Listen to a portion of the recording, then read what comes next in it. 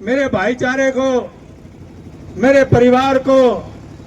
कोई छोटी सी बात कह दे, इसलिए उसका नाम आज भी लाल सड़क के तौर पर याद किया जाता है। सेनानियों ने जिस सपने को, संकल्प को लेकर के वो बलिदान दिए थे, उस सपने को पूरा करने का अब समय आ गया है।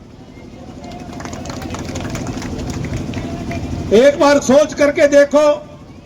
ये जो तिरंगा यात्रा जैसा उत्सव हम हमारे दुनिया के सर्वाधिक लोकप्रिय जननेता भारत के प्रधानमंत्री नरेंद्र भाई मोदी जी के आह्वान पर पूरे देश में कर रहे हैं, ये केवल एक कपड़े का टुकड़ा डंडे पर बांध करके चंद किलोमीटर की यात्रा नहीं कर रहे। हम इस तिरंगा यात्रा के माध्यम से अपने उन वीर सेनानियों को नमन करते हुए, उनके प्रति अपनी कृतज्ञता के भाव प्रकट करते हुए नई पीढ़ियों को भी प्रेरणा देने का प्रयास कर रहे हैं कि नई पीढ़ियां भी समझें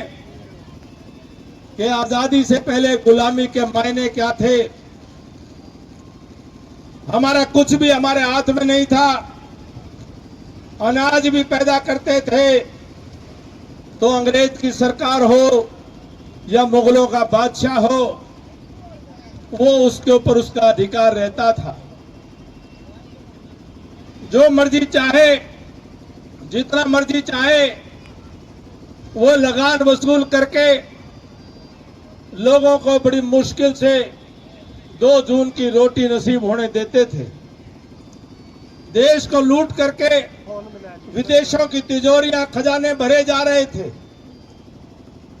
और भारत के अंदर अगर कोई महामारी आ गई, कोई बीमारी को प्लेग जैसी बीमारी में कहा जाता है कि लाखों लाखों लोग मारे गए, कोई दवाई देने वाला नहीं था। प्रथम विश्व युद्ध हुआ, द्वितीय विश्व युद्ध हुआ, हमारे लोग भूखे मर गए, लेकिन यहां से अन्न अनाज उठा करके और लड़ाइयों के अंदर लगा दिए गए। हमारा किसी चीज पर कोई अधिकार नहीं था। स्वामी दयानंद ने कहा था कब 1875 में कि स्वदेशी राजा कैसा ही हो, वह विदेशी राज से अच्छा ही होता है। 1857 की क्रांति के अंदर कितने ही रणबांकुरों ने अपने देश की आजादी के अंग्रेजों के खिलाफ जो प्रथम देशव्यापी लड़ाई में हिस्सा लिया, और ये हांसी जिला हमारा, उस हांसी जिले ने तो बहुत बड़ा उस 1857 की जंग में योगदान दिया था। जो लाल सड़क हांसी में आज हम देखते हैं, वो 1857 की लड़ाई में, उसके बाद अंग्रेजों ने जो हमारे स्वतंत्रता सेनानी थे उनके ऊपर गिरडी चला करके उनके खून से वो सड़क लाल हुई थी, इसलिए उसका नाम आज भी लाल सड़क के तौर पर याद किया जाता है। हमारे इस इलाके के बहुत लोगों ने स्वाधीनता संग्राम के अंदर हिस्सा लिया था। आज की इस तिरंगा यात्रा के माध्यम से हम अपने उन दिनों को भी याद करते हैं कि देश में फिर से गुलाम नहीं होने देंगे, और देश की गुलामी का मुख्य कारण लगभग 1000 साल विदेशी आक्रांता यहां करके राज करके हमें लूट करके चले गए। आप सोच करके देखो, 1000 साल जो देश गुलाम हुआ हो उसके ऊपर क्या बीती होगी। और उसका एक ही कारण था कि हम लोग आपस में बटे रहते थे, हम एक दूसरे के कहीं ना कहीं जुड़ करके नहीं चलते थे। कभी हम राज्य रजवाड़ों में बट गए, कभी हम इलाकों में बट गए,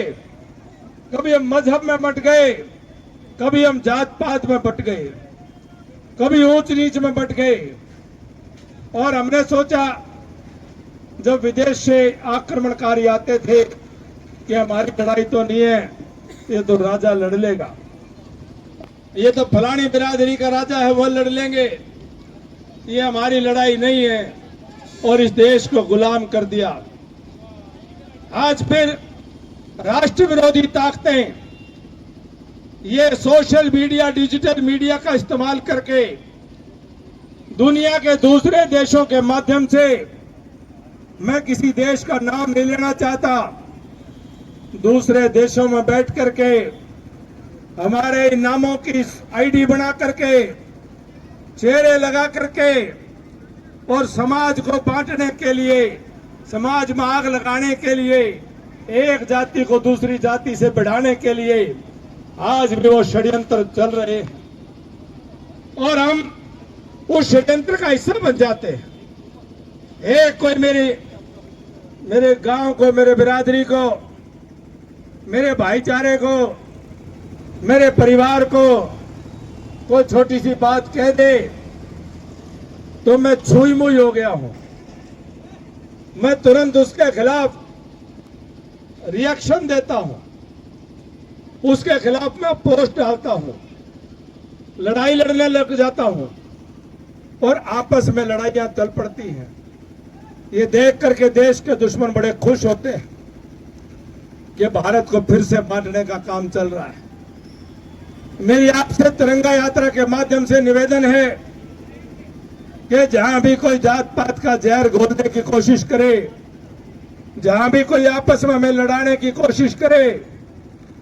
चाहे कोई कितना ही बड़ा आदमी हो, उसका विरोध करो, उसका तिरस्कार करो, उसको बिल्कुल उसको सामने उसके मुंह पर कह दो कि जात पात का जहर मत फैलाओ, ये हिंदुस्तान को दोबारा गुलामी के रास्ते पर मत लेकर के जाओ। हम सबको एक मुट्ठी की तरह से मजबूत होकर के, और पूरे अपनी भारत माता के बच्चे हैं, हम एक तिरंगे के नीचे हैं। ये तिरंगा हमारी आन बान और शान है, ये तिरंगा भारत की पहचान है। इस तिरंगे को लेकर के देश की सीमाओं के ऊपर हमारे बेटे भाई, हमारी बेटियां भी अब वह हवाई मार्ग से एयरफोर्स में हो, वह आर्मी में हो, थल सेना में, बड़ी बड़ी ऊंची बर्फीली पहाड़ियों में, तपते रेगिस्तान में, खतरनाक जंगलों में वो तिरंगा लेकर के वो देश के लिए लड़ने और मरने के लिए तैयार रहते हैं। चाहे वो जल मार्ग में नेवी के हमारे रणबांकुरे हों, उस तिरंगे को लेकर के और कोई देश के काम आता है तो जिस मां का बेटा देश के काम आ जाए, जिस बहन का भाई देश के काम आ जाए, जिस पत्नी का सुहाग देश के काम आ जाए और जिन बच्चों का सर का साया देश के काम आ जाए, तो उनको मन में पीड़ा होती है, लेकिन जब तिरंगे में लपट करके आता है तो वो भी सलूट करके गौरवान्वित महसूस करते हैं। ये तिरंगा, ये देश को समर्पित जीवन का ये सबसे बड़ा प्रमाण और पहचान है। किसी भी देश की पहचान उसके ध्वज से, उसके झंडे से होती है। ओलंपिक हो, कॉमनवेल्थ, ओशियाड, कोई अंतर्राष्ट्रीय स्पर्धाएं हो, और जब कोई मेडल जीतता है और वो डायस पर चढ़ता है और उसके साथ में उसके देश का झंडा ऊंचा चढ़ता है, तो मेरे गांव के बेटा बेटी जब वो मेडल लेकर के आते हैं तो उनके गले में मेडल की खुशी उनको इतनी नहीं होती जितनी ज्यादा खुशी अपने तिरंगे को ऊंचा उठते हुए देख करके होती है। आपको और मेरा ध्यान भी टेलीविजन पर उनके मेडल के साथ साथ उस ऊंचे चढ़ते हुए तिरंगे को देख करके हमें गर्व महसूस होता है। इसलिए तिरंगा कोई एक कातर नहीं है, ये कपड़े का टुकड़ा नहीं है, ये मेरी भारत माता की शान है, आन है और बान है। और हम सबको इसके लिए पूर्ण समर्पण के साथ ये यात्रा हम लेकर के निकलेंगे। कोई राजनीतिक यात्रा नहीं है, ये देश के लिए समर्पण की, देश के लिए यज्ञ में एक आहुति देने का काम है। गर्मी कितनी भी हो कोई परवाह नहीं। दौलत राम जी आप तो कर लियो आराम, आपकी तबीयत ठीक नहीं, लेकिन हमें कोई परवाह नहीं। यहां से सब चलेंगे, मर्यादा से चलेंगे, तौर तरीके से चलेंगे, तहजीब से चलेंगे, तरतीब से चलेंगे, सब मिलकर के चलेंगे और जयकारे लगाते हुए भारत माता के, हम सब भारत माता की जय करते हुए, वंदे मातरम करते हुए हम यहां से चल करके और अपना रेस्ट हाउस तक जो है हम चलेंगे। सबसे आगे कौन नेतृत्व करेंगे? बताओ, सबसे आगे कौन चलेंगे? हमारी मातृशक्ति, जो मोदी जी ने कहा है कि अब देश की आधी आबादी को उनके हाथों में देश को सौंपना है, अब उनके हाथों को मजबूत करना है, अब उनके हाथों में देश की कमान को सौंपना है। समाज के हर काम में जब सीमाओं पर वर्दी पहन करके हमारी बहन बेटियां देश के लिए लड़ रही हैं, हवाई मार्ग से वह लड़ रही हैं, जल मार्ग से लड़ रही हैं, कुश्ती और बॉक्सिंग में हमारे लिए, एथलेटिक्स में मेडल लेकर के आ रही है, तो हमारी बहन बेटियां, हमारी मातृशक्ति वह हर क्षेत्र में अगवानी करने के योग्य है। सबसे आगे बहन बेटियों का, हमारी मातृशक्ति का जत्था चलेगा और 5-5 की लाइन लगाइयो, 5 फिर उसके पीछे 5 फिर उसके पीछे 5 और गैप रख करके झुंड ना करियो, कदे गीत गाना लग जाओ पट्टी सारी, झुंड नहीं करना, अनुशासन में बना करके बच्चों को भी दिखाई दे, जैसे बच्चे स्कूल में लाइन से चलते हैं, बच्चों को लगे कि हम भी स्कूलों में कुछ सीख करके आए, हम भी अनपढ़ नहीं है, हमें भी कुछ मालूम है। उस तहजीब और तरतीब से चले और उन मातृशक्ति के पीछे फिर अगली पंक्ति में हम मास्टर उदय सिंह लोहान जी हमारे सबसे वरिष्ठ हैं और राजेंद्र लांबा जी हैं, इनका साथ लेकर के, और जो हमारे चेयरमैन साहब हैं, इनका साहिबान है, इनका साथ लेकर के विजेंद्र जी हैं, इनके साथ हम अगली पंक्ति में होंगे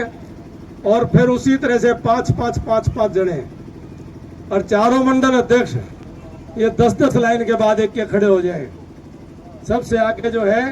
नानंद मंडल, उसके बाद में है बास मंडल और फिर है खेड़ी चोपटा मंडल और फिर है सिसाई मंडल। 10-10 कदे आगे आने के चक्कर में तुम अनुशासन खराब करो। मंडल अध्यक्ष पाछे रहेंगे, ये पाछे लेके आओगे, ठीक है? जहां आगे करने के थे आगे कर दिए और जहां पीछे करने के वहां पीछे करांगे। यही बीजेपी का